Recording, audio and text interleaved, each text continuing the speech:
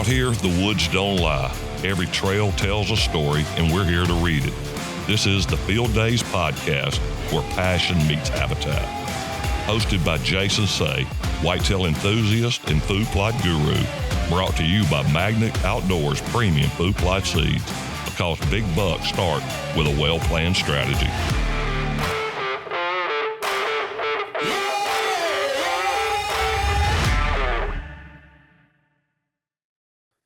Hello and welcome to the Field Days Podcast. As you can tell, we have a brand new intro, a brand new voice, and you know what? When I first started doing these podcasts 5 years ago, I was really excited, but I don't think I've ever been as excited to do a podcast as what I am today, because we have a really big announcement, and I am super fortunate to have the Scott brothers, the living legends, Steve Scott and Wilson Scott, here today.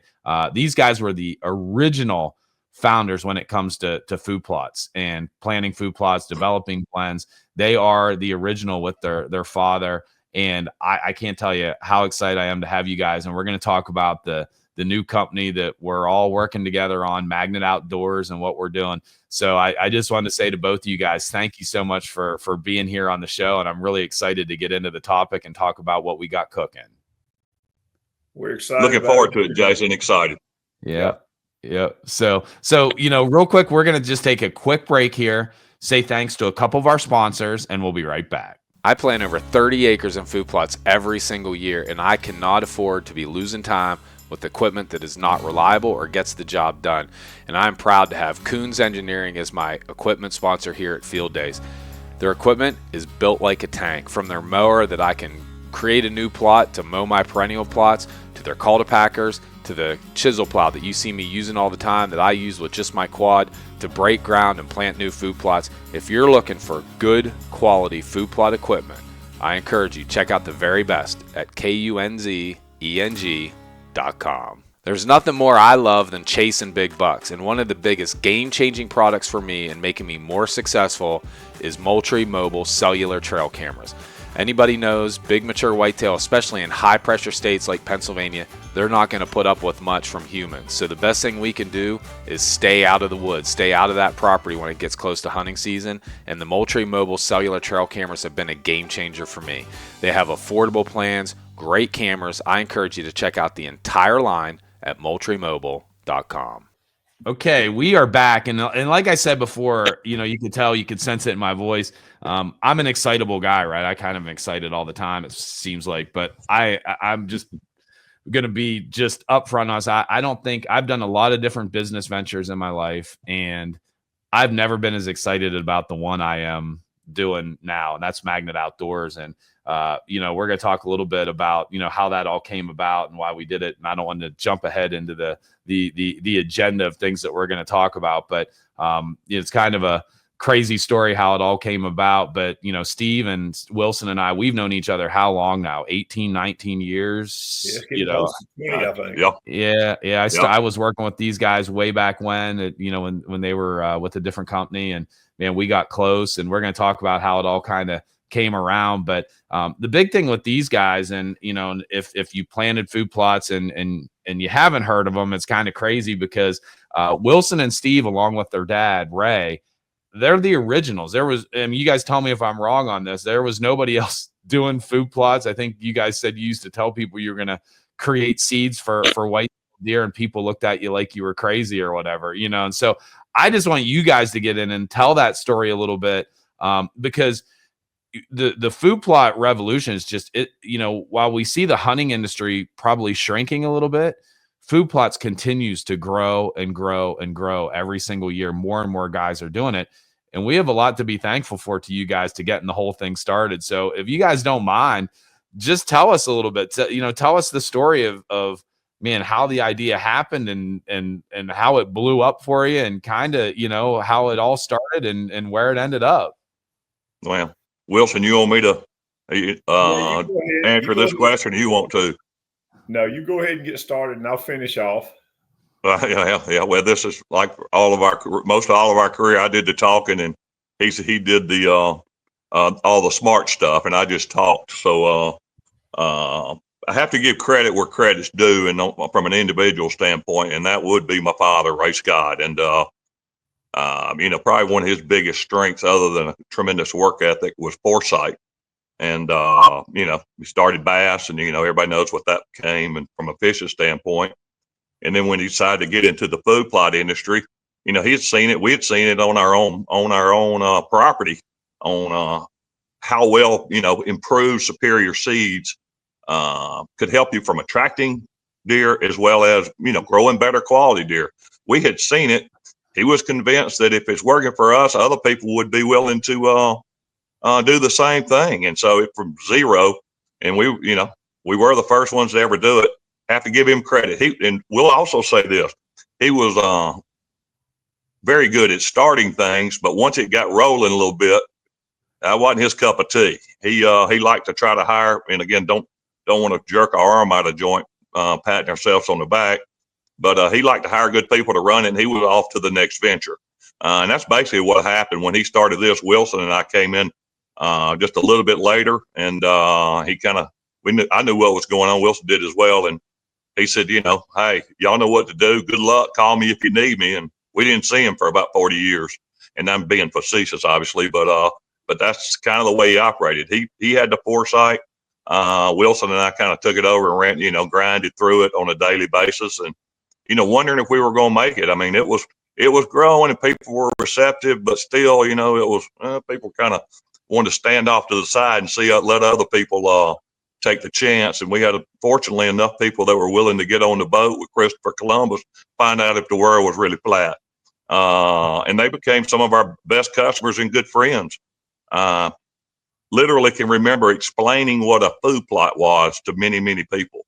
Have somebody call in. This would have been early 90s, I guess. And they say, hey, my granddad's got a little orchard behind his house, or with whatever, apples, whatever. He said, would that be considered a food plot? No. And so we have to go through the process of exactly explaining that. Of course, now pretty much common knowledge what it is. But it took, a couple, 3 years before we really got some significant momentum. And from that point on, I think, those original pioneers, if you will, that got on board with us, they helped us spread the word. People found out, hey, this does work. More and more people came on. And as you mentioned earlier, it continues to grow, almost 40 years later. People find out that, yeah, it takes some work. It takes some money. It takes some time, but the benefits are tremendous. And, and again, the thing that we use in marketing, attracting more deer, it happens. Having better quality deer, if you're using quality products, it happens. So, the benefits are there. People just got to decide what they're going to use. And that's one of the reasons we're here today. That's right. Well, I think another reason, Jason, that we're here today is we concentrated on product research, but mainly we concentrated on the customers. We wanted to make sure no matter what happened, we provide the customer with the best product available. And that took a lot of research, a lot of time, and a lot of money. But that's what I feel like made the difference between us and the other guys that were just putting seed in the sack and a name on it. And all of a sudden they're in the food plot business. It was exciting to work with guys that didn't know what a food plot was. And then 2 or 3 years later, these guys were teaching people how to plant food plots. And that was probably the most gratifying part of the business for me, was to see other guys start from scratch and become kind of disciples, so to speak. I use that term loosely. Yep. That would be me, right? That's kind of how we met. Yeah, you're right.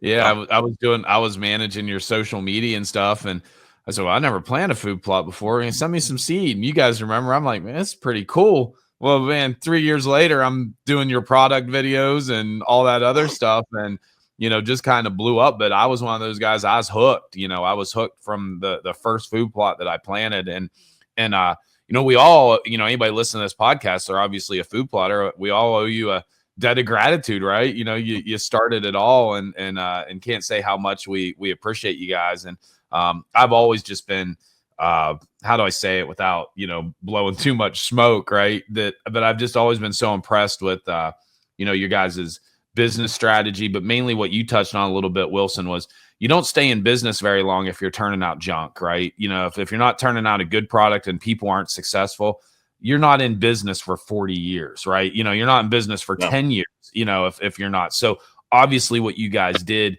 it worked. it's effective, and we're over the hump now. You know, where you guys were first starting, you were trying to just tell people you should plant this. You know, well, guys know it now, you know, and now it's just, you know, picking the right seeds and the blends for the right situations. And that's one thing I wanted to talk to you about is, you know, when you guys started, you know, obviously you developed the most successful food plot seed blends in the world, the highest selling food plot seed blends ever sold.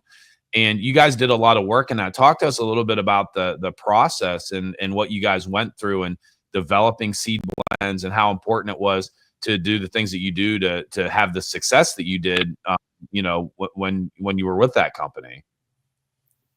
You know, it's well, the first product we came out with was a straight clover product, and something that we had used on our own hunting ground and knew how well it could do from an attraction standpoint, as well as, you know, the nutrition. And that's the only product we had for several years. But it was, you know, a leading product, and you know, and clover is still one of the top things people plant today.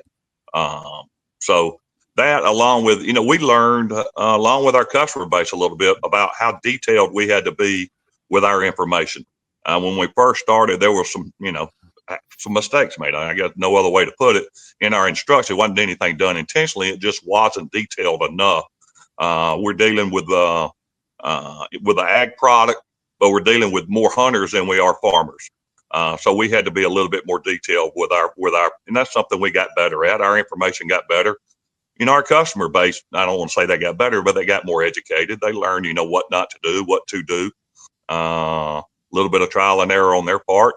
We tried to take as much of the trial and error out for them, which we could, but I think that's probably one of the things we did best was the information that we provided to make sure that these products were used properly. Yeah. Well, and Jason, another thing that I'm real proud of about the old days, so to speak, was the fact that we could take a customer just about all the time that would call in with a problem he had with our seed or somebody's seed, trying to figure out what he did wrong. And we could figure out how to solve the problem either through soil testing or soil type change on his property, as far as moving his plot down the hill a little bit to get him in some soil that would hold a little moisture, just as an example. But I would say that 99% of the guys that called in with problems to the office directly, we solved the problems. And I don't want to say me and Steve solved the problems, because we had a team of guys at the office that worked like that. But that was one of the things, besides the research that you're doing, that excited Steve and I, was the fact that the customer service is going to match or be improved on what we offered prior to coming to you. Yep. Yeah. Perfect. So let's talk a little bit about the elephant in the room. And, you know, and I'll just say, you know, when we started talking about this, right, you know, I was just looking at my age. You know, I'm 52 years old, and you know, you guys had sold your company, you know, years ago, and you know, I reached out and said, hey, I'm getting a little bit older, and you know, people might ask, well, you know, what's going to be different with Magnet Outdoors, you know, and you know, I've had numerous conversations with people, and I just say, you know, while I'm unbelievably appreciative for those years that I had and the amount of knowledge that I learned, I wouldn't be doing this if we didn't think we could do it better, right? You know, there's things we know that we can do better, and that's really what it's going to be about. And it's going to be a lot of those core principles that you guys talked about, you know, the customer service. You know, I know there's food plot seed companies that they don't even have a phone number, right? You know, you can only email them. And I know it's in the internet age, but you know, we've had long conversations. We feel it's important that somebody answers the phone all day long, you know, for us, you know, so that customer service is going to be a cornerstone. And then we're going to get, and I don't want to jump ahead, but the research and development and what we're doing, we're going to be doing different things that nobody's really doing. And I'm super excited about it. And, you know, when I made that call to you guys and I said, I think there's only a couple guys I can think of that I want to do this venture with. And you know, it was you guys, you know, so I was extremely blessed. And you're like, yeah, that sounds like something we'd be interested in. So I'm super excited for the future of Magnet Outdoors and where it's going, but we're going to build some of those same principles and cornerstones that made you guys so successful and make sure we pay a lot of attention to them. Yep. Well, and I appreciate all those kind words, and not to, you know, try to blow your skirt up too much, but you were one of the few people that I would have considered doing this with. And had conversations with other people that called, said, "Hey, you ever thought about redoing this? Are you interested in doing it?" And, and it was, just, no, not really. I don't think it's something I want to do. But when you first mentioned it, I'm like, yeah, I'd be willing to talk about it. And one thing led to another. And, and that comes from our experience with you, working with you, 15, 16, 17 years, how many ever years it was. There were only a handful of people that I can remember, and maybe a few handfuls, that did everything they said they were going to do over the years. Most everybody says things with good intentions. Unfortunately, some things get dropped. Not what Jason say. Matter of fact, you got on my nerves sometimes because you wouldn't forget certain things. I wish you would have. But and I jokingly say that. But no, you were, and you did what you said you were going to do. High energy. You like to do things right. And when you told me what your plan was for this, how you wanted to, challenge yourself to take something that's really, really good, but always challenge yourself to make it better. Love that. The fact that you're going to be working with university, testing, continue, and always trying to, improve what you've got. Those are the things that, and be customer oriented. Those are the things that excited me most. Yeah, well, I appreciate that. I appreciate the kind words. And I will say it was funny. We worked together for like 4 or 5 years. And I remember you finally sent me a friend request on Facebook, and Wilson called me. He's like, "Hey, listen, that's a big deal. Steve doesn't usually like to be friends with guys that he's working with because he knows. So he must plan on keeping you around for a while." But I'll never forget that call, Wilson, when you said, "Steve, it was like 4 or 5 years of working together." But that just goes, that shows you how long it takes for Steve to really measure you and look and see, okay, is this guy going to do what he says he's going to do? But I'll never forget that call, Wilson. I don't know if you remember it or not, but it was pretty fun. Remember it. I do remember it. And I had a sneaking feeling you were warning people. No, and at that point in my life, I was, my Facebook page, and still kind of is, more jokes and sarcasm. But back then I was solving all the world's problems on politics. I'd go into political rants about every day or every other day at least, and whatever made me mad that day, I'd go on a rant. So really didn't want my business people to know what I was doing on social media. Yeah. It wasn't business. It was fortunate because we aligned directly in politics, so it was all good. So there was nothing you said that offended me. We're still friends. That's right. That's right. Yeah. So anyway, man, it's been a great story, and to talk about this a little bit. Most guys who follow me, they know I put out a documentary every year. And this year's documentary, we're really going to tell this story of Magnet Outdoors and the beginning stages. And my wife's going to be involved again because, here I go again, right? I just, start to, like I'm getting to a point where I'm getting fairly successful, and I decide, okay, I'm banking it and rolling it all back in, right? I'm doubling down, my wife's just sitting here shaking her head, but she has a little bit more faith in me now than she did way back in the beginning. But we're going to tell that story in the documentary. You guys are going to be in that. You guys came up to Pennsylvania and we filmed a bunch of that stuff, but I'm excited. That documentary will be coming out in September and really talk about the Magnet Outdoor story and how it all started and everything that goes into it. So that's going to be a pretty cool documentary I'm excited about. And you know what? Pretty cool buck hunt too that took me 60 sits to kill that joker. It was pretty cool when I finally killed that buck on one of my new food plot seed blends. Well, and and we enjoyed having an opportunity to come up here in beautiful country. As you know, I know you live in it, see it every day, and maybe not recognize it as much as we did coming from flat ground down here in Alabama. But yeah, it was a great trip. Enjoyed it, and we got a lot done. Other than we got rained on a little bit. That's right. That's right. Yep. And I want to tease up one other thing, and we're gonna get in and start talking a lot more in depth about Magnet Outdoors and what's gonna make it different, some of the products and things.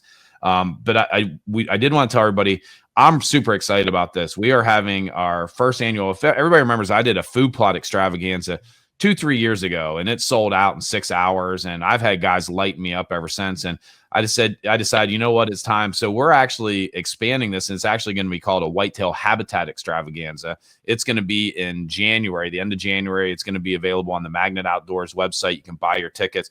Those are available now. And when they're all sold out, that's going to be it, And so I want to encourage everybody that whitetail habitat extravaganza. We're going to have 2 guest speakers, myself. I'm going to be talking about habitat in general and food plots. And then we have another speaker who's going to be talking a lot about timber stand improvement cover. It's going to be a full day of food plots, habitat management. There's going to be, some of my sponsors, Coons Engineering is going to be there, 12-point hunting blinds. There's going to be some other, companies there with different things, but it's going to be an entire day of all habitat, food plots, things like that. So if you're interested, it's going to be first come, first serve on those tickets. They're available now. You can go to magnetoutdoors.com and get the tickets on those. So enough about that. And let's get into, and I want to talk, and I'll let you guys start off in this and I'll pitch in too, but Steve or Wilson, maybe we'll let Wilson start first, or Steve. I don't care. Now let Wilson. I'll dominate the whole conversation. Okay. I've had a lot of coffee this morning, so what we're going to talk about before we get into okay. Talk about it. So what is it? There's from when you guys first started, right? You guys were the first. There were no other food plot companies. Now there's a bunch. Every day I look and there's another seed company coming out that they're gonna do this, and I'm not gonna. But I think some are good, and some they're just putting seeds in a bag and sending it out. But what is it? What is it that makes Magnet Outdoors different? What are we looking at doing that is different than what we're seeing out there? And I can talk about this. Whoever wants to start with it. But we're doing some things from our research and development, our regional blends. So I'll let you guys just kind of take it from there, and then I'll pitch in wherever. Well, I guess Steve and I can probably answer this question kind of together, but what we were excited about when you were first talking about maybe us possibly getting together and working, I was a little hesitant, like Steve says, but I knew you were going to do things right. You were going to spend the money that it took in the right places, which is basically research. And then again, like I said earlier, customer service. And that was what excited me. But as far as the rest of the industry, I mean, there's a lot of good companies out there. Some are better than others, and then you've got a lot of guys, like you say, that they're just putting seed in a sack. And we used to have a lot of fun around the office wanting to do commercials like this, and I won't get into detail because I'll cause myself some headaches. But it was always good to go to work knowing we were working harder than anybody else in the industry as far as improving what we already had that was working. I mean, like you mentioned, we were fortunate and blessed to have some of the hottest selling stuff out there for years and years and years. But one thing that our dad, and Steve was probably closer to dad than I was as far as the way he thought, research is the key. And you may not be able to take a product from a Volkswagen to a Maserati, but you can improve the quality every few years through testing. And I wish I had the money back now that we spent on testing, but then we wouldn't have made any money to start with. So I guess it wouldn't matter. That's right. Yep. Yeah, and yeah. I'll pitch in on the testing there, and then Steve, you can go ahead too. And when you talk about testing, here at Magnet, we really have two different kinds of testing, right? We have the universities that we're working with that they'll do research on. When we do these blends, right? And we have a blend. Trifecta, for instance, it has winter wheat, oats, and brassicas in it. So we don't just say, okay, give us this brassica, this oats, and this winter wheat. We went out and we plant multiple of those. And so there's this whole testing process of what do the deer like the most, right? What brassica is most palatable in our area? What are they going to like? What's going to grow the best, right? The in the field research. So before we even start putting a blend together, we're testing multitude. We have one now that it's going to be a new blend. I can't talk too much about it, but one of it is clovers. We're testing, I think it's 12 different clovers right now to see which one's going to grow the best in these conditions, which one's going to be the deer are going to like the most, which one's going to, last the longest. There's a lot of in the field testing that goes on, right? And that's what I would say. A lot of guys that are just doing it, they're saying, okay, hey, we're going to put this brassica in, and they're not going out and they're not testing all these different ones. And it's amazing to me in doing this too. I'll just give you an example. Last year, we're testing a bunch of different chicories, and you would watch the deer walk through these different chicories to get to one particular chicory. And if you test those, you never know that. It's just like, oh, we got chicory, we got this. And, people say, oh, it's all the same. It's not all the same. And for a guy like me, I get to watch it. We have trail cameras. You guys know all the research that goes on and what I'm doing to really monitor those and see that. We test our products against the leading brands. We've made some improvements on things that we like, maybe in some other products, and we watch deer walk through those to get to some of ours. And that's what we want to see, right? And so there's, and then, so the second part of the research we talked about is the university side of it. So, we're doing the in the field, which is a little not quite as scientific, right? It's us watching, monitoring with trail cameras, really seeing what the deer like. And I'm not a scientist, but I'm smart enough to know, okay, hey, the deer really like this chicory a lot better than that chicory over there, and then that's what's going to go in our blend over anything else. But then you have the scientific approach where we're working with universities and we come up with different things that we want to test each year, everything from our seed security coding that we're using and things like that. A lot of different things that we're coming up with, let's compare these brassicas to each other and which one does what, right? So there's a lot of different things we're coming up with from a scientific stance and working with universities on those. So that's really kind of the two things, I wanted to touch on, Wilson, you talked a little bit, but that's really what's going into all of our products that, in my opinion, is going to set us apart from everybody else. And I agree completely. And that's, one of the main reasons we're here today. And I always told folks, people ask, what, clover, I can get clover down here at the store, in a sack, and, clover's clover, isn't it? And, but I guess kind of the way I started explaining, I said, there's more type clovers than there are cars, and the performance varies just as greatly. That was the best way. That's the best way I could explain it. And there were times where, we would tweak things and we'd make something, a few percentage points better than what it was previously. And, and it's hard to make news out of a few percentage points, but at the same time, it shows up in the field. And I think that's one of the reasons we were able to be successful and grow every year while we were there. And why food plots are where they are today, because we kept challenging ourselves. I'm excited that you're doing that. And I think the ways you're testing are crucial, because in the you're going to get completely unbiased information from a university, but the guy who's planting it, that's the way he makes his living. He's doing everything perfect. That's great. Let's see what happens. Let's get the data. But the real world is a little different. These guys are, they're some people do everything probably like the guy at the university. A lot of hunters don't. It's much rougher environment, much less ideal environment, sterile environment, whatever you want to call it. So we have to have products that not only perform in that university setting, but in the quote unquote real world as well with hunters, that they're going to be able to get the same results that this guy did at the university. So those two, that's crucial in my opinion. Yeah, I agree. And, and I'll admit, it's a pain, right? It'd be a lot easier to just throw a bunch of seeds in a bag and say, hey, let's go do this. And this is what we're rolling with. And we're going to market the crap out of it. But that's not what's going to make you successful in the long term, right? And guys are smart enough now. And it's like we always said, and you guys have always said, we encourage you, plan our side by side, plan it side by side, whatever.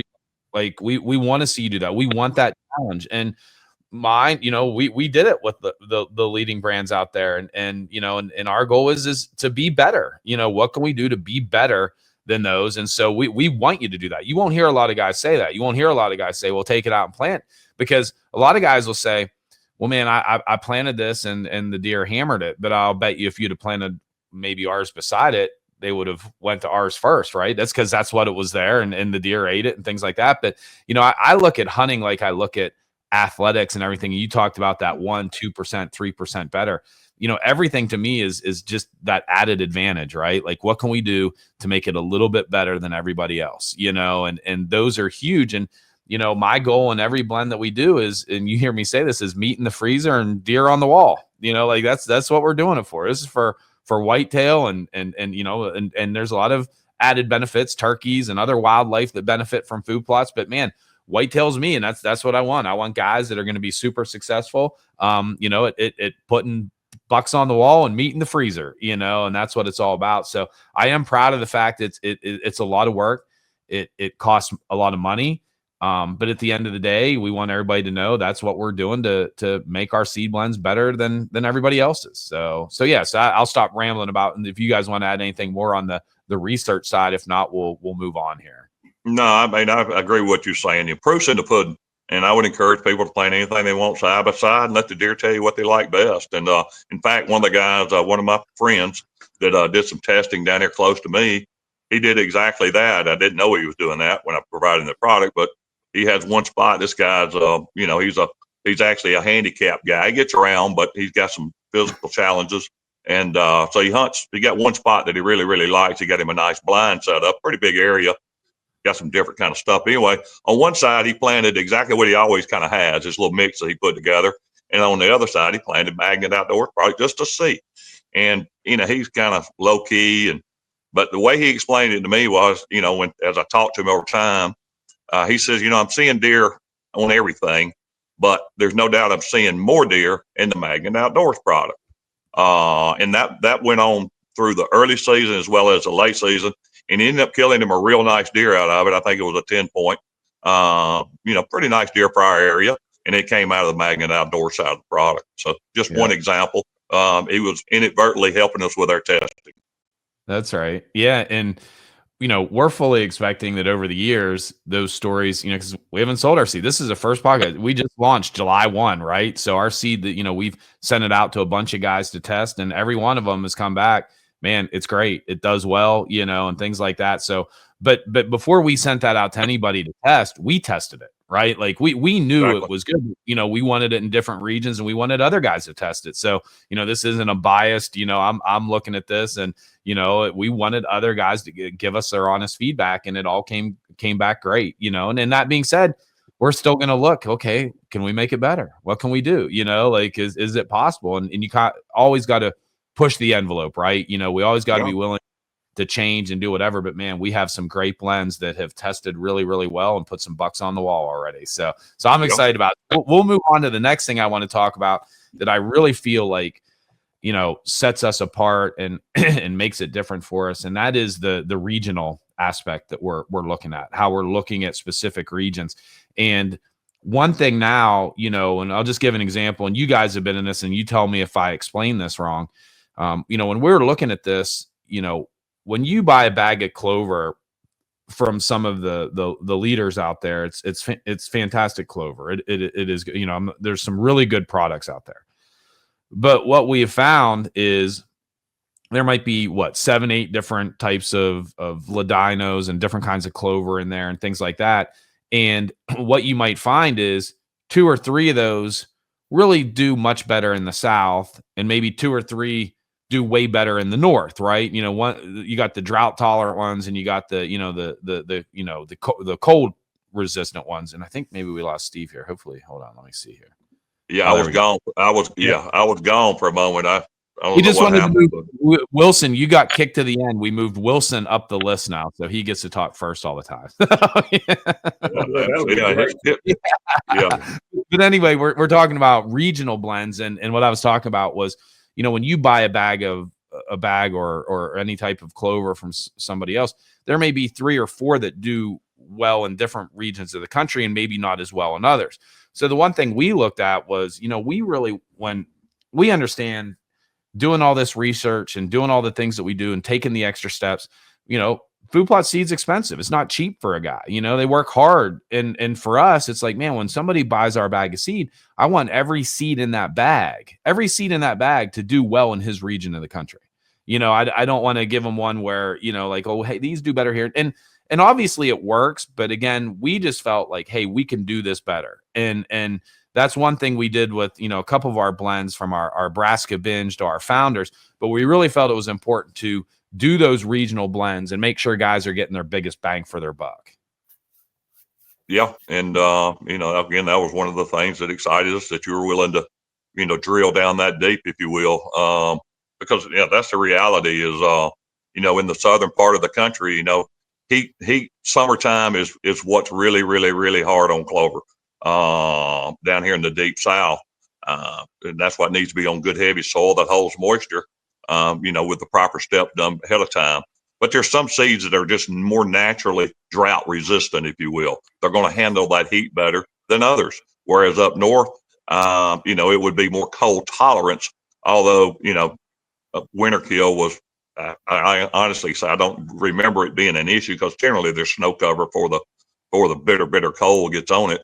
But put more cold hardiness in the more northern type blends, put more drought resistance in the more southern type blends, and that's oversimplifying it, but just kind of gives you a good idea of what's been talked about. Yep. Wilson, do you want to add anything on that? Well, the research part of that, I mean, I like to think about alfalfa because not that we sold a lot of alfalfa with the last business we were at. We sold some, but alfalfa has different dormancies, range from the south being real low. I'm going to think there's like 10. I'm going to just say 10. And as you move up through the country, you better be planting the right one or you're not going to get the production. And really every plant's like that. Alfalfa is just, there's so much of it sold. They've delineated the areas that need certain groups of alfalfa in them. And I guess clover, I guess every seed is going to be like that to a certain degree. I don't think there was anything that we tested that was produced exactly the same where you're located in Pennsylvania versus where we are in the deep south. There were always differences. Yeah. And so that's why, you know, I think that it would have been probably in our best interest to have two particular seeds that were north and south and maybe several different kind of products with those in it. But the company grew so big, so quick that it was hard for us to do that. Sure. It changed the market. It would have changed the marketing completely. And while we were putting the best seed for the entire country in there, we probably could have tweaked it just a hair and made it where we had two blends. But again, we were too far down the road to start that. And now we're starting the beginning, and we can take it from the beginning to the end and not have to worry about it. We'll be putting the best product in every bag. Yeah. I'm excited about it. And I should say to guys out there that we test in all different parts of the country as well. You know, we're not just testing in Northwest Pennsylvania. We're testing in the South, the Midwest, the North, you know, all over the country. We're testing these blends, again, to make sure that, hey, yeah, this is going to do, you know, we have these ideas and these concepts, but it's important when we're doing regional blends that we're actually testing them in different regions of the country. So I do want to stress to everybody that there's a lot of testing that goes on, not just in Pennsylvania, but all throughout the country. Sure. Yeah. And it's, you know, that's one of the things too. I mean, I know that I'm rambling here a little bit, but that's one of the things that excites me as well is having our soil testing lab there in Pennsylvania. You know, we did business all over the country in our previous life, but that northeastern part of the country, Pennsylvania and the surrounding states, was always very, very good states for us. Climate's ideal for growing what we had. And, you know, it performed well. You know, again, going back to the summertime, you know, y'all's summer stress is nothing like Alabama. And the clover just performed better in that environment. And having that soil testing lab right there in the what I'd call, what some people may not, but I call it, you know, some of the part of the country in the world for whitetail hunters as far as numbers and the deer that they're killing. Obviously, you've taken that to another level with the quality of deer that you're killing.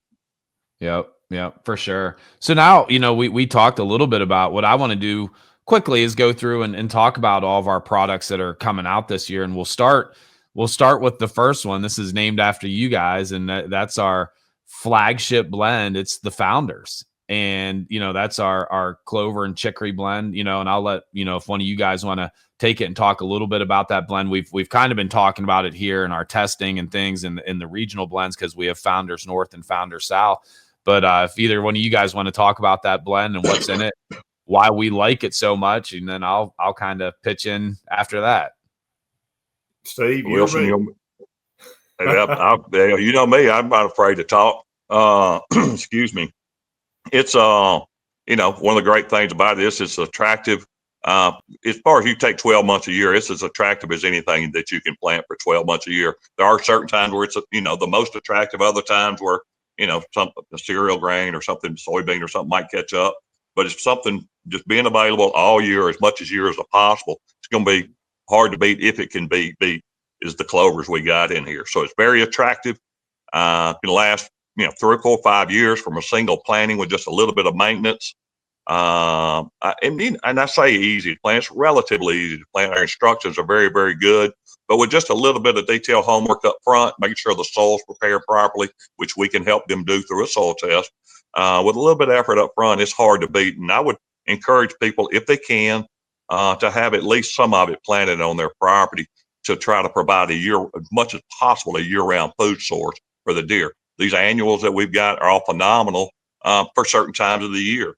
But something that's going to be there for the entire year, clover, the Founders, is going to be hard to beat. Yeah, For when sure. you throw the chicory in there, Jason, I mean, you're going to get that a little added summer tolerance that you may not have with the straight clover blend. I mean, both are good, but we just felt like, or I'll just say this, I'll speak for myself. Steve can agree or disagree, but I always felt like that was our, maybe not our best selling product, but it was real close, maybe a close second. But I thought it was the most rounded product as far as all the situations. Yeah. Yeah. And I'll say this, when we talked, we were all in 100% agreement. The first seed blend is any company. If anybody was coming to me before I started mine, they say, "Hey, what blend do I need to start with? What do I need to have?" You need to have a perennial blend of clover at minimum, and anybody who's followed me, they just know I love clover and chicory. There's just something about the combination of it.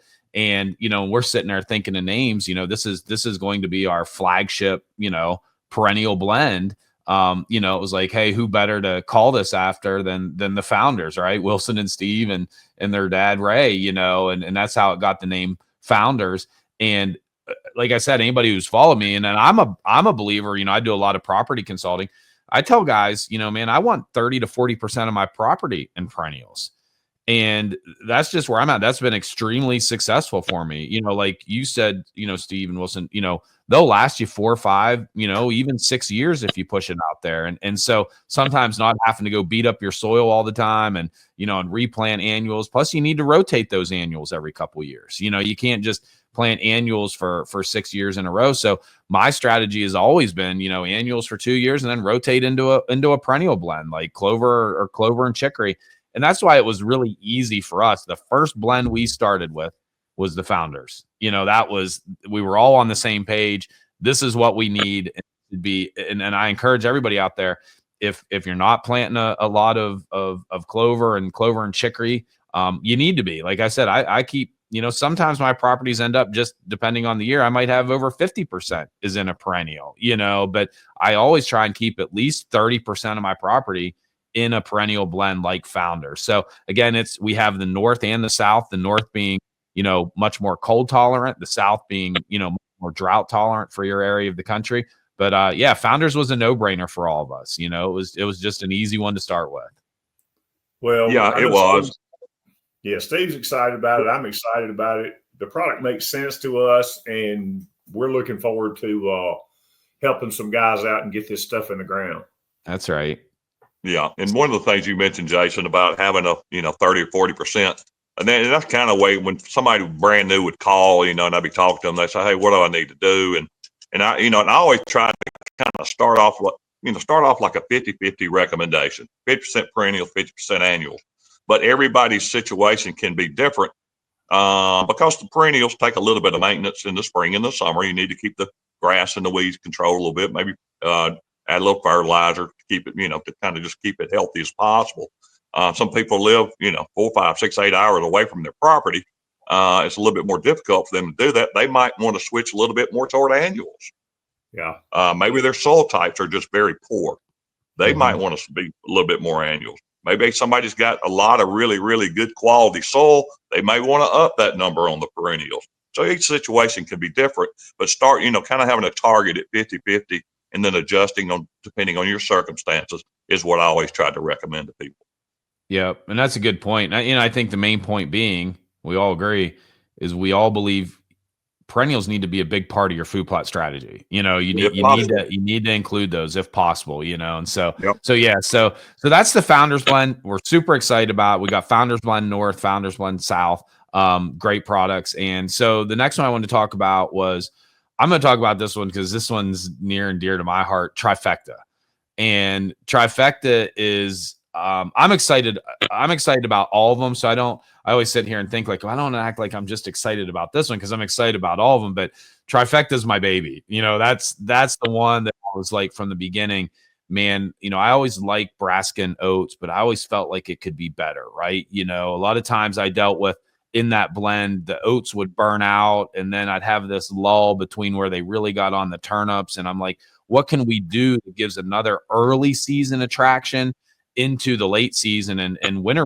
That that's what we put in this. And man, we've tested this thing now, and we watched deer walk through what used to be my favorite blend to get the Trifecta.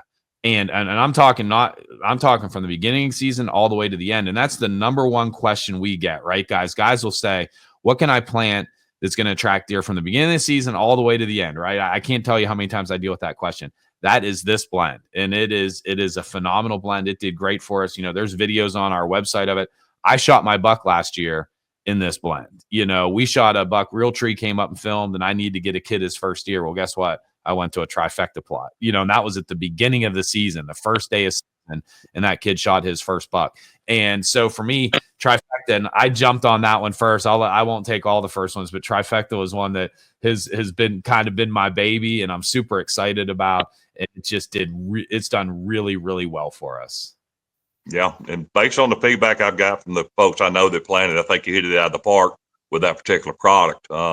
You've taken some, there's some things out there that are good products, but you've taken something that's good, and in my opinion, made it better, more winter hardy. So you kind of, in case, oats, they're not as winter hardy. They can get burned back. So you've kind of eliminated that to a degree. The oats are still going to react that way, but you've also got something else that's going to carry them through until they get hard on those brassicas. Yeah. So again, I think you hit it out of the park with that particular product for sure. Yep. Wilson, you want to add anything on trifecta? Well, the thing, I was kind of I planted some clover over the years, but I was an annual guy. I didn't want to be the guy that had to go out there and do a lot of extra work. I guess you could call me lazy. But when you're looking at the amount of area you have to plant, and you're going, do I want to spend 3 or 4 days on it, or do I want to spend a day and a half or a day? And I guess I took the easy way out, but I always had a great food plot, or we always had great food plots on those. And they're just easier to grow. There's less problems because it's a short-term crop. You're only going to be dealing with that crop from early fall until the end of the hunting season, basically, or into winter. And then you're going to do something different. And we usually planted mostly, as far as on our hunting lease, we had a lot of clover, a lot of other perennials, but we had a lot of deer also in those annuals. And that was just kind of what I always liked hunting, was the perennials. The annuals. Yeah. They drew deer like crazy. Of course, the clover and all the other products did too. Yeah. But those annuals were just easy to plant, fast to grow, didn't need as much rain. There's a lot of positives to going that way. Yeah. And I want to say, I do want to add on that. I thought of something with the trifecta that I didn't talk about that was unbelievably impressive to me and this is what we got feedback all across the country, how well it handled the browse pressure, right? Like, people look at, you guys were up and saw my trifecta plots, and you were even saying, like, are the deer eating? I go, Steve, I got 8-9 deer in this 1/8-acre plot every night. And you're like, wow, and once we started going around, you'd see the tops are eaten off, but man, it really held up to the browse pressure. Now, like, I can show you, it went from, 2.5 feet tall to nothing. Dirt, like they ate everything all the way to the dirt. But one of the most impressive things to me is not only the attractiveness, right? It's about killing deer. I want it to be attractive. I want deer in my food plot so I can kill a big buck. But it's no good if they come and mow it down in the first week of season, right? If they just come in and can mow it down because it can't handle the browse pressure. And people will look at my plots a lot of times, say, "Oh, the deer aren't eating it." Well, here's some trail cameras that say that they are, and here's the bucks on my wall that say that they're eating it. So that was another thing I wanted to add with trifecta, and how well it handled the browse pressure. Yeah, I agree. And produces a lot of tonnage in a hurry, which is huge. And but yeah, it withstands I was impressed with how well it withstood the browse pressure. And again, kind of going back a little bit, but again, that's going to get into each person's not every situation is going to be different, but most situations are going to be different. How much area, how big a plot do you need to plant is going to be dictated by several things. One is how many deer are on your property. There's some areas that have way too many deer still. And in those areas, you're going to need to plant, bigger fields or more acreage. And in other areas, I know in your particular area, you have a lot of agriculture around you. So you're not the only food source in town. So that helped you as far as the standpoint. I was impressed at the size of your plots. They always look bigger on camera, than when I got there. But then I look at the tonnage that's out there, and then I look at your trail camera pictures, and it was a very, very impressive the way it withstood it. Well on into winter, basically, into the cold weather. Yeah, that's right. I have tons of video and cameras of them digging the turnips up, in the late winter and things. And it's exactly what you go into things and you have this vision in your head, right, of how you want it to be, and rarely does it work that way, right? This one worked exactly the way that I wanted it to. The addition of winter wheat to this blend, just is perfect. Deer were in it all season long, from the beginning of the season all the way to the end. And that's what we wanted, right? That's exactly what we were looking for. And that's what it is. In fact, the picture on my background here, that is the plot you guys are in. That's that cattail plot. And that is trifecta right there in the background of our picture here is the trifecta plot in behind you guys. So anyway, it's enough. We got some other products we want to talk about. I don't want to spend too much time, but trifecta, if you're looking for that blend, an annual blend, that is just a great early season all the way to the end. This is it. Well, we're excited about it, but we're excited about the other ones too. So we are. Yep. So the next thing, and that's what I want to touch on. People say, well, man, Jason, if you love it so much, why don't you plant trifecta on all your plots? Well, if anybody's followed me, they know I'm a firm believer in variety. In fact, this plot, this upper part of the plot is trifecta, and the lower plot was what I'm going to talk about next is Brassica Binge, and so like it's rare that even in the same plot I'm planting all the same thing, like you don't ever want, because guys will do that all the time. They'll say, oh man, the deer were all over my clover. I'm going to plant the whole property in clover. No, don't do that.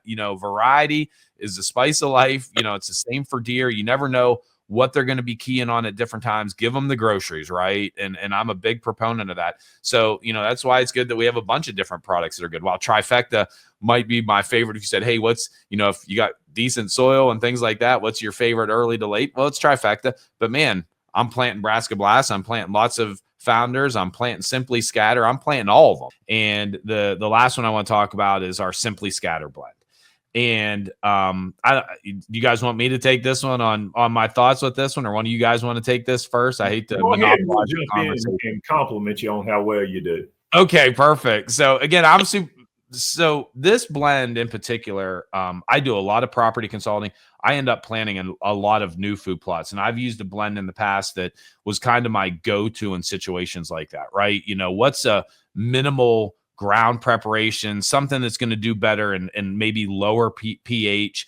You don't have the ideal conditions. I'm in Northwest Pennsylvania. I got a lot of strip mine ground. So, I might spend my first year or two really trying to build soil and doing different things. So what blend can we plant that's going to give a guy the best opportunity at success in that type of situation? And then you guys may look at this different than what I do, but that's how I look at it. And I do a lot of consulting. And anytime I go in and do consulting with a guy now, if it's the first year of that plot, we know the pH isn't going to be great. You're going to be spending a year. Simply Scatters the blend that I'm telling you. And I had a guy that called me the other day. He's like, yeah, he's like, this first year you have me planting, all the same things because they're all new food plots. And I said, listen, I'm telling you exactly what I would do. Your pH isn't going to be great. You're going to spend a year, putting 3,000 pounds of lime on that ground to get it where it's at. Year two, we can start to play a little bit, but I'm going to give you the blend that I know is going to give you the best opportunity to be in, having some success in that first year. And that's Simply Scatter for me. And, and what I don't want people to think of in this blend, and a lot of times people think, okay, you say minimal ground prep, they immediately go to the throw and grow, right? Like the cheap blend that, that's like, and I went through that for years. I didn't plant anything like that. I'm just like, man, I don't want it. It's cheap. It's no good. But I really changed. Once I started looking at it, in this Simply Scatter, we have brassicas, we have annual clovers. There's a lot of really, really good stuff in there. And my biggest buck ever, my 165-inch Pennsylvania whitetail, guess what? I shot in a blend just like this, just really close to what this was. And I watched deer walk through clover and other things to get to it, and so it's a really good blend. And so I don't want people to think, oh, it's a cheap blend. But what I tell guys is, think of it, if you're questioning in your mind, yeah, maybe my pH isn't where it needs to be yet, or I don't have some of those, conditions where I want them. Simply Scatter is a safe bet that you're going to get growth. The deer are going to like it, and there's a lot of good stuff in it. So that, in a nutshell, was what was important to me with Simply Scatter. No, and that's a common. Here I go dominating the conversation. Sorry, Wilson. Nothing's changed over 60 years. But anyway, no, that's a perfect application for it. But the applications part are many. That's one a guy that's just getting started, or if he's late, getting a food plot planted, needs something real quick, or if he can just do minimal ground preparation, something's going to grow. He's going to get a good food plot. Obviously, the old saying about you're going to get out of something what you put into it. The more you put into it, the better it's going to do, but it will perform well with very minimal effort. But, there was a lot of people that planted this as one of their annual choices. They could have planted many things in there. But they want to plant this type product for variety purpose. You mentioned earlier in our conversation, it grows fast, it produces a lot of tonnage. The deer love it, and it does. It gives you some variety. If you've got for a guy that's got plenty of acres to plant, it may be something he won't even in a perfectly prepared seed bed. It is a choice that some people were making as well. There's nothing wrong with it there. But it's kind of a no-brainer type product. It's going to work with minimal effort, maximum effort, new plots like you're talking about, maybe issues with we need to get the pH up, or if they're late planting, minimal sunlight, everything needs some sunlight, of course, to grow. But there's just, a lot of purposes for it. And it's again, I guess a no-brainer would have been a good name for the product as well. That's all right. And I just want to add two things to that. I raised my hand because I'm one of those guys that I plant it now. It's that good of a blend. I plant it in some of my optimal condition plots that have 6.5 pH, beautiful soil. It's just a great variety to have, and the deer love it. I mean, they love it. I remember just being skeptical at first that, there's better things out there. And really, it's one of those that adds great variety, and the deer absolutely hammer it. The second thing I wanted to add that I've used this blend a lot for, I've had years where, maybe it was 4 or 5 years ago, that real bad drought, right? And it was bad where nothing was going to grow. It went 4 or 5 weeks, no rain, and it was done. It was toast. I went in just with a drag harrow, just roughed up the dirt a little bit and seeded, a blend like Simply Scatter, and boom, man, I had something to hunt over that hunting season. So, just another scenario of where this type of blend has done really, really well for me. But don't pigeonhole it into it's only good for low pHs and things like that. I'd encourage you got optimal conditions, you got a lot of places to plant, man. It is a great blend. Yeah, absolutely. And we used to deal with people that were, they had plenty of time on their hands or were willing to do the work. They love to test all this kind of stuff. They'd go into a 2 or 3 acre plot, and they may have 6, 8, 10 different things planted because they just like to watch, and they like to watch what the deer prefer, doing their own testing. And this is something that usually got in there somewhere. That's right. Wilson, did you want to add anything on Simply Scatter? Well, no, I think y'all covered it pretty well. In fact, real well. But the main thing is it can be planted anywhere. Like you said, good soil, bad soil. It's going to perform a little better, the better the soil, but it's going to perform well even in poor soils. Yep. But just do your homework, add your fertilizer, add your seed, add your fertilizer and lime. Don't have to add a lot, but just enough to get it going. You're going to be pleased with that product. Almost, I would say 99% of the time, if not 100. That's right. And this podcast would not be complete if I didn't tell the story of the year you guys gave me the assignment to do hand tool food plots. And they're like, "Hey, Jason, we want you to do a food plot for us." And of course, I'm a little younger back then, full of piss and vinegar. I'm like, "Yeah, whatever you guys need, I'll go get it." Man, I was cursing you guys and be like, "Yeah." But talk about, we went in with just a sickle, hand sprayers, garden rake, and you guys remember that. I mean, that video still, it just blew up, and we did, and it was a lot of sweat equity. But man, it just shows you that you can do it with really minimal tools. And we still joke about that, Wilson. Hey, when you ready to do another one of those hand tool shows? Yeah, man, I'm good on those for a while. But it just goes show younger guys. Well, and the plot did fantastic, Jason. If you remember, it did awesome. As good as any plot I've ever grown. I mean, just a little bit more. It was. Yeah, and so Wilson and Steve always say, "Hey, maybe you need to do one of those other hand tool ones." I'm like, well, back then I didn't have any money, and I need it now. I'll be like paying somebody to go do it or whatever. But it just shows it can. we didn't know you were going to try to do it with a quarter acre in that stuff. We just talked about a small little spot. Yeah, we did, but it turned out great. But yeah, I had to tell that story. And then so I think that's all the blends, right? We talked about all of them. And I just wanted to touch on real quick. We're not going to give the name or exactly what it is, but one of our goals here at Magnet Outdoors, hey, we got six new blends coming out, but we got 3 or 4 that are in research and development. We're coming out with 2 new ones, one next spring and one next fall, that we're really excited about. And I don't want to give too many details that people will get what we're looking at, but when you're looking at this stuff, there's a bunch of different seed companies and a lot of people have done a lot of things, but the things we're doing are 2 things that haven't ever been done before. They're things that haven't been done in this industry, and we're excited about it. And the results so far have been phenomenal. Well, they'll be fun to talk about, but we'll catch them on the next podcast. That's right. Yep. That's right. Yep. So anyway, a new segment that I started doing this, in the spring, is I take questions from listeners. So this was a little bit difficult because, we couldn't say anything about the new seed company till July 1. So I just had some buddies submit questions to you guys. I said, man, I'm going to have Wilson and Steve Scott on here. So we do a question and answer every segment, but usually I put it out on my Food Plot group and I get tons of questions, but I just put it out to my buddies. And so we have a couple questions we're going to take here real quick. And before we get into those, I'm just going to take a quick break. Thank a couple of our sponsors. We'll be right back.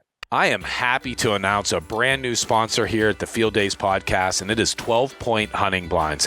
And I've had the privilege of hunting out of these blinds for the last couple of years, and I was on a property consult earlier this year, and I asked my client what he did for a living, and he said he was one of the owners of 12 Point Hunting Blinds, and my eyes lit up, and I said, we need to talk. And we need to talk because these are the best blinds that I have ever hunted out of. They've thought of every little detail, from just the silent technology, the easy access, and I truly believe that their blinds are completely scent proof. I've so many times had deer directly downwind that never smelled us. So I encourage you, check them out, find out for yourself. But again, hands down, best hard-sided hunting blind I've ever hunted out of. For more information on all their blinds, visit 12pointhuntingblinds.com. Okay, Wilson and Steve, I got a question for you here, and I think we've pretty much answered it. This is Brian S. from Knox, PA. He writes, Wilson and Steve, I've been a longtime fan and follower. Obviously, you guys have a ton of experience, but what possibly new seed blends can you develop or improvements can you make in the food plot world? And I think we've kind of talked about that, but I think what he's getting to is, everybody, I think, in the outdoor industry gets to a point where they think, okay, it can't get better. Well, look at bows. Look at everything. Technology moves forward. Same with food plot seeds, but I'll let you guys answer that because he said, hey, you've done so much. What can you possibly do better than what you've already done? Well, I mean, there's research. Go ahead, Wilson. I'll start and you can finish it. But all right. I would think that there's research going on all the time. I mean, what are these researchers going to be doing? Are they going to quit researching and quit looking for better and better stuff? No, they're not going to do it. So there's always going to be, I guess you'd say, improvements to products. There are improvements to cars, improvements to this, that, and the other every single year. Now, it takes in the seed business, maybe not every single year we can make a vast improvement in a product. Most of the time, I think, Steve, you'll agree with me, wasn't it 5 to 7 years for us to, on an average product or a variety of seed, to come out and be satisfied with it? I mean, because I know we could have come out with on average. By the way, my machine looks like it might be going dead. Hang on just a second. Uh-oh. Go ahead and keep talking, Wilson. Okay, sure. But no, the testing is going to go on. It'll be going on when I'm gone, when you're gone, Jason, and when everybody watching this is gone. They're going to be making improvements to everything. And it's just the companies that are taking advantage of those improvements and doing the research, they're going to get the benefits. Yeah.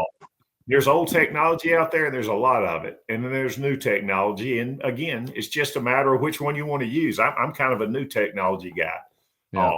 I wish I could say that about computers. I'm a no technology guy there.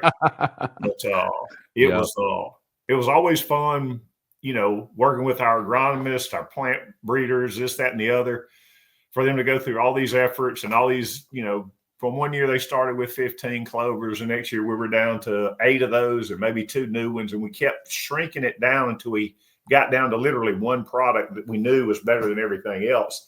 And that worked for us for 30 years. And I don't see why it's not going to work for you and us for the next 30 years. That's right. That's right. And Steve, do we have you, Steve?